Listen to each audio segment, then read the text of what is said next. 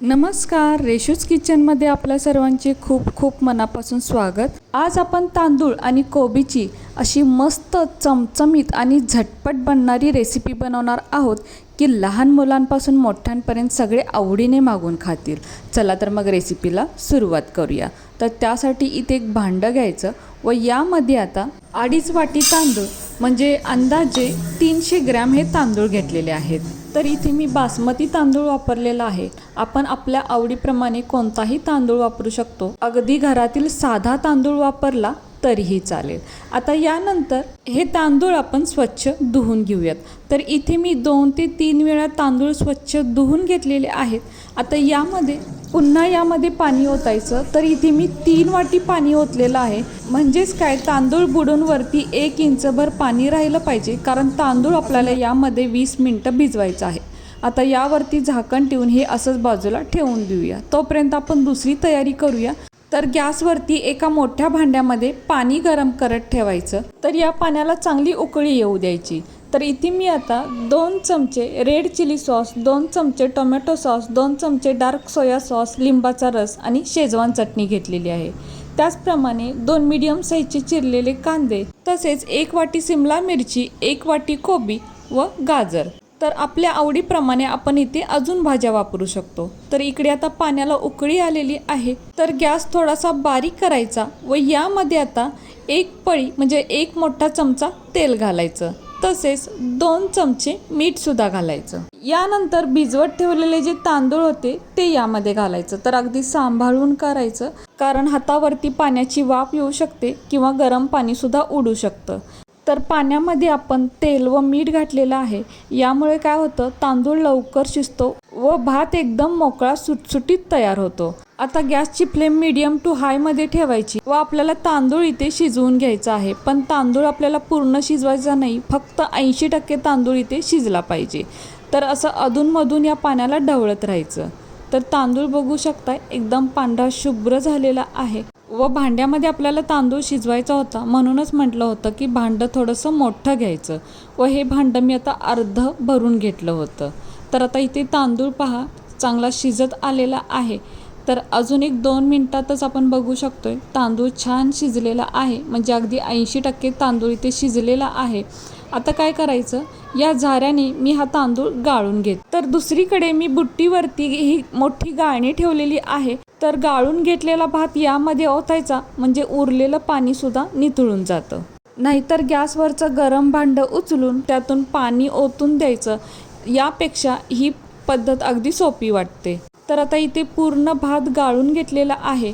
आता लगेचच यावरती थंड पाणी ओतायचं, कारण भात गरम असल्यामुळे शिजण्याची प्रोसेस चालूच असते।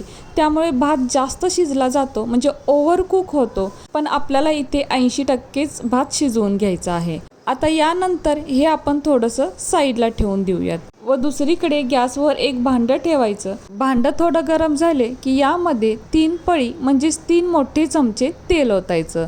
तर तेलाऐवजी आपण तूप किंवा बटर सुद्धा वापरू शकतो। आता तेल थोडे गरम झाले की यामध्ये 2 मीडियम साईजचे बारीक चिरलेले कांदे घालायचे।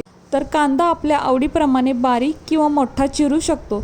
तर कांद्याचा हलका कलर बदलेपर्यंत कांदा इथे आपल्याला भाजून घ्यायचा आहे। यानंतर 1 चमचा आलं लसूण पेस्ट घालायची। तर ही आलं लसूण पेस्ट सुद्धा या तेलामध्ये चांगली परतून घ्यायची, म्हणजे याचा कच्चेपणा निघून जातो। तसेच आलं लसूण पेस्टच्या ऐवजी बारीक चिरलेले आले व लसूण सुद्धा आपण घालू शकतो। यानंतर 1 वाटी चिरलेली सिमला मिरची पण घालायची। तर सिमला मिरची इथे खूप मोठी किंवा खूप बारीक सुद्धा चिरलेली नाही। यानंतर 1 वाटी चिरलेलं गाजर व 1 वाटी पातळ चिरलेला कोबी सुद्धा घालायचा। आता हे सर्व या तेलामध्ये चांगले परतून घेऊयात। तर इथे आपण फक्त सिमला मिरची, गाजर आणि कोबीचा वापर केलेला आहे। आपल्या आवडीच्या कोणत्याही भाज्या आपण यामध्ये वापरू शकतो। तसेच कोणत्याही रेसिपीमध्ये इतर भाज्या वापरल्या जातात, पण कोबी मात्र खूप कमी वापरला जातो। तर इथे कोबी आवर्जून वापरा, या भाताला खूप छान टेस्ट येते। तर आता भाज्या परतवल्यानंतर यामध्ये चवीपुरते म्हणजे छोटा 1 चमचा मीठ घालायचं। तर मीठ थोडं जपूनच घालायचं, कारण आपण इथे डार्क सोया सॉस वापरणार आहोत, त्यामुळे मीठ घालताना थोडंसं कमीच घालायचं। तर पुन्हा एकदा ह्या भाज्या आपण यामध्ये परतून घेऊया, म्हणजे घातलेलं मीठ यामध्ये चांगलं मिक्स होतं. आता यानंतर यावरती 1 मिनिट भरासाठी झाकण ठेवून असंच बारीक गॅसवरती ठेवून द्यायचं, कारण भाज्या आपल्याला इथे फक्त वाफवून घ्यायच्या आहेत, पूर्ण शिजवून घ्यायच्या नाहीत. तर 1 मिनिट झालेला आहे. आता पुन्हा एकदा हे थोडंसं परतून घ्यायचं.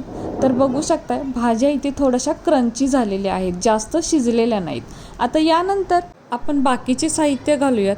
तर इथे 2 चमचे रेड चिली सॉस घालायचा, त्यानंतर 2 चमचे टोमॅटो सॉस म्हणजे केचप, त्यानंतर 2 चमचे डार्क सोया सॉस व 1 चमचा लिंबाचा रससुद्धा घालायचा व त्यासोबत 2 चमचे शेजवान चटणीसुद्धा घालायची. तर आपण इथे 3 सॉस वापरलेले आहेत आणि 1 शेजवान चटणी आणि लिंबाचा रस. तर आपल्याला हे जास्त परतवायचं नाही, नाहीतर हे पटकन जळू शकतात. आता यानंतर शिजवून ठेवलेला भात घालायचा. तर इथे आपण ताज्या भाताऐवजी कधीकधी आपल्याकडे भात शिल्लक राहतं, तो सुद्धा भात वापरला तरीही चालेल. तर भात बघू शकता इथे अगदी पांढरा शुभ्र आणि एकदम मोकळा सुटसुटीत तयार झालेला आहे. तर आता काय करायचं, भात अगदी हलक्या हाताने यामध्ये मिक्स करायचा, म्हणजे भाताचं शीत मोडलं जात नाही. तर अगदी हलक्या हाताने हे यामध्ये आपल्याला मिक्स करून घ्यायचं आहे. तर आपण इथे जे सॉस वापरलेले आहेत, म्हणजे टोमॅटो सॉस तर आपल्या घरी असतोच, पण बाकीचे जे रेड चिली सॉस आणि डार्क सोया सॉस वापरलेले आहेत ते अगदी कमी प्रमाणात वापरलेले आहेत. 2-2 चमचेच वापरलेले आहेत आणि ते सुद्धा आपल्याला दुकानात अगदी सहज मिळतात. तर आता आपल्याला अंदाज आलाच असेल की आपण इथे कोणती रेसिपी बनवत आहोत. तर आपण इथे फ्राईड राईस बनवत आहोत. आता भात चांगला परतून घेतलेला आहे, म्हणजे घातलेल्या भाज्या आणि सर्व सॉसेस या भातामध्ये चांगले मिक्स झालेले आहेत. आता यानंतर गॅस बारीकच ठेवायचा व यावरती झाकण ठेवून फक्त 1 मिनिट भरासाठी बारीक गॅसवर असंच ठेवून द्यायचं. तर आता इथे 1 मिनिट झालेलं आहे. झाकण काढून पाहूया. तर बघू शकता, वाव काय मस्त इथे राईस दिसत आहे आणि कलरसुद्धा पहा, अगदी हॉटेलसारखा हा फ्राईड राईस दिसत आहे. तर आता गॅस बंद करूया आणि ते बघू शकताय अगदी मोकळा सुटसुटीत हा आपला फ्राईड राईस तयार आहे आणि घमघमाट अगदी घरभर सुटलेला आहे आणि खूप छान असा हा फ्राईड राईस तयार आहे. बघू शकताय, पाहूनच तोंडाला पाणी सुटतं, हो ना. अगदी हॉटेलसारखा हा फ्राईड राईस दिसत आहे. आता आपण हा सर्विंग बाउलमध्ये काढून घेऊयात. आणि तुमच्या लक्षात येते का, आपण इथे कोणताही मसाला वापरलेला नाही आहे, तरीसुद्धा किती सुंदर हा फ्राईड राईस तयार झालेला आहे, बघू शकताय. आणि आपल्या आवडीनुसार गार्निशिंगसाठी यावरती थोडीशी बारीक चिरलेली कांदा पात टाकायची, म्हणजे अगदी हॉटेलसारखा हा भात तयार होतो. म्हणजे कोणाला सांगूनही पटणार नाही की हा भात आपण घरी तयार केलेला आहे. खरंच खूप टेस्टी होतो. तुम्ही एकदा नक्की करून पहा.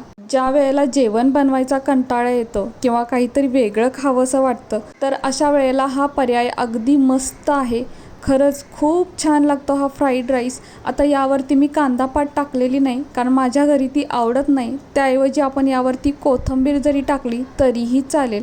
तर तुम्हाला आवडत असेल तर यावरती कांदा पात नक्की टाका. खूप छान दिसतं, अगदी हॉटेल स्टाईल दिसतं. आणि आपण इथे खूप काही साहित्य वापरलेलं आहे असंही नाही, फक्त आपल्या आवडत्या भाज्या आणि सॉसेस वापरलेले आहेत आणि अगदी मस्त हा राईस तयार होतो. लहान मुलांपासून मोठ्यांपर्यंत अगदी सगळे आवडीने खातात, इतका सुंदर हा भात तयार होतो आणि चवीला तर अगदी भन्नाट लागतो. तुम्ही नक्कीच पुन्हा पुन्हा करून खाल, इतका टेस्टी हा भात लागतो.